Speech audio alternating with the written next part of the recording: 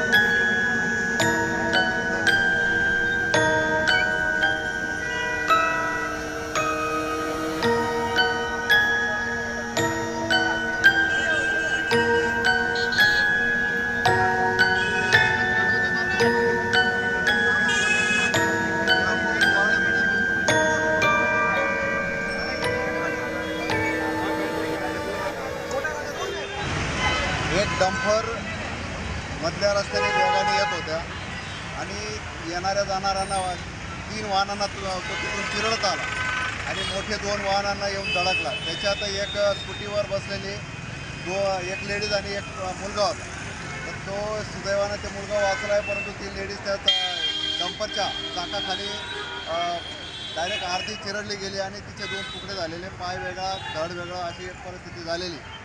इथलीच राहणारी रहिवासी ती आहे, परंतु तिच्या अद्याप काही त्या गोष्टीचं काही शहानिशा झालेला नाही। इतका भयानक वेग होता की तिथे जवळजवळ 4 टू व्हीलर अशा त्या एकूण 4 टू व्हीलरांना तो धडकला आणि मोठ्या 2 गाड्यांना सुद्धा धडकलेला आहे। तर इतकी ही भयानक ॲक्सिडेंट होता आणि त्याच्यात ती महिला जागीच ठार झालेली आहे।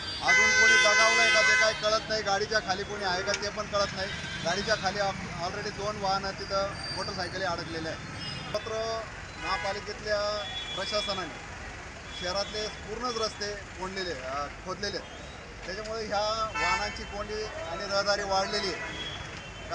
ज्या इतर ठिकाणी खोदलेले रस्ते आहेत त्याच्यामुळे हे सगळे वाहनं एकाच रस्त्याने जाण्याचा प्रयत्न करतात। त्याच्यामुळे हे मनपा प्रशासनाचं जे काम चालू आहे त्याच्यामुळे हे ॲक्सिडेंटचे प्रमाण जास्तीत जास्त वाढलेले आहे असे सांगू शकतो। म्हणून मी CITUच्या वतीने सांगतो आहे की मनपा प्रशासनाने याच्यावर त्वरित तोडगा काढून काहीतरी व्यवस्था करावी। धन्यवाद।